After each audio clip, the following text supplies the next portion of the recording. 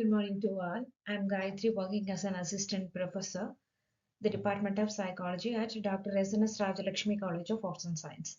Today, my case study is obsessive compulsive disorder. The subject of the disorder was Mrs. S.H. She was 38 years old, a housewife. The client was referred to therapist clinic by a fellow psychologist from a metropolitan southern city.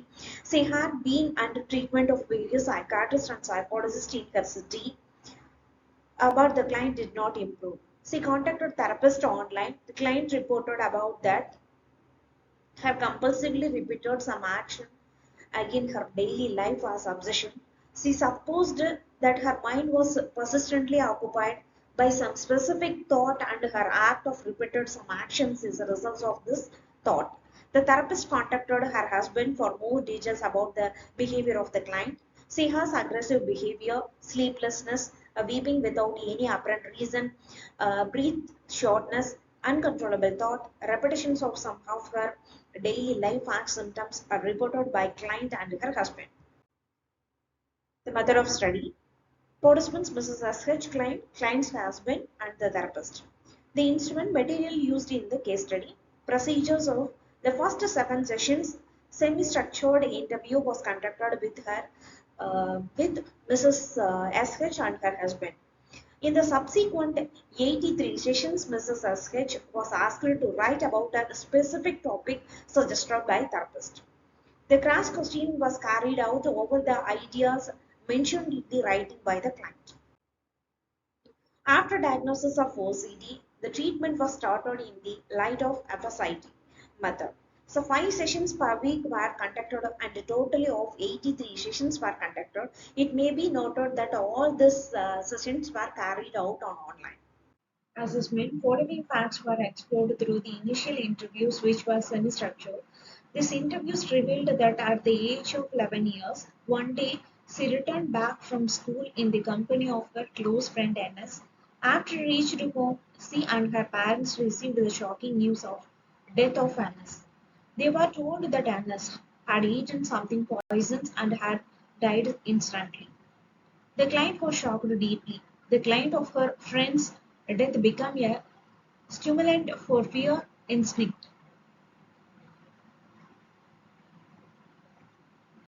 At the day of the funeral, she feared to see the face of her deceased friend and couldn't enter the room where the dead body was lying. After the death of her friend, another death happened that provoked more fear about the death. Her grandmother died 6 months later after her friend's death. She for the first time watched her grandmother's dead body wrapping in white clothes. White leaves bear bad marks on her memory that she stopped wearing a white clothes, especially white scarf or shawl, for the rest of her life.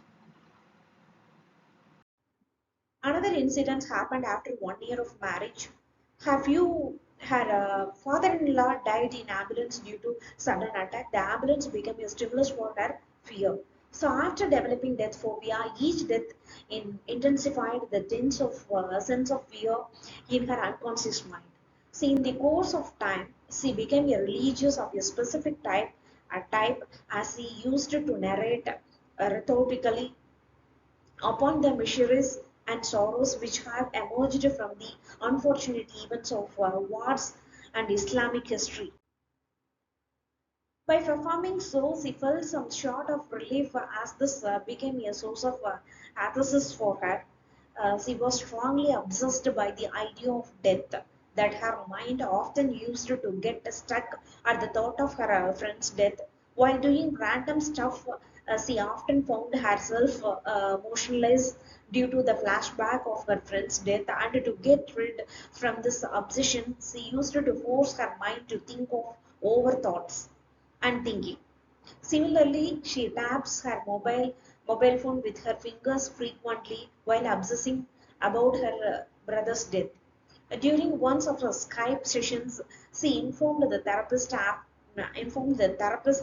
after marriage she finds it more difficult to cope with the obsessive ideas. Therapist and the treatment.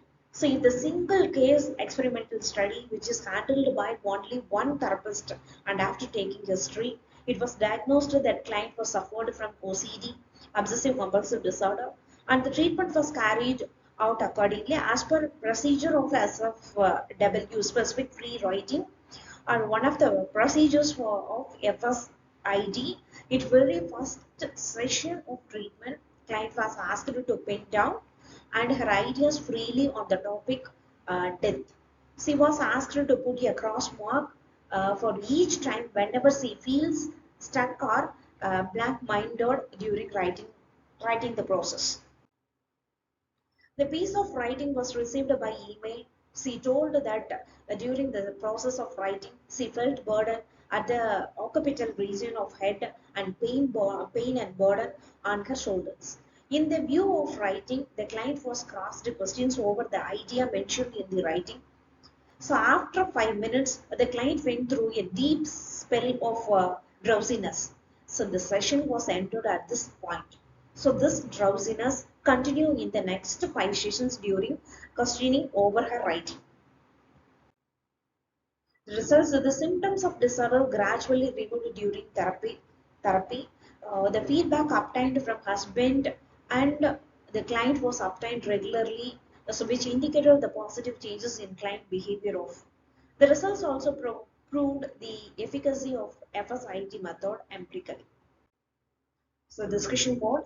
Mrs. SH was 38 years old. We know that, housewife and a lecturer in college. However, due to the lack of concentration, disturbed sleep, and unreasonable repetitions of different acts of routine, her daily routine was badly affected, and it made her much depressed and disappointed.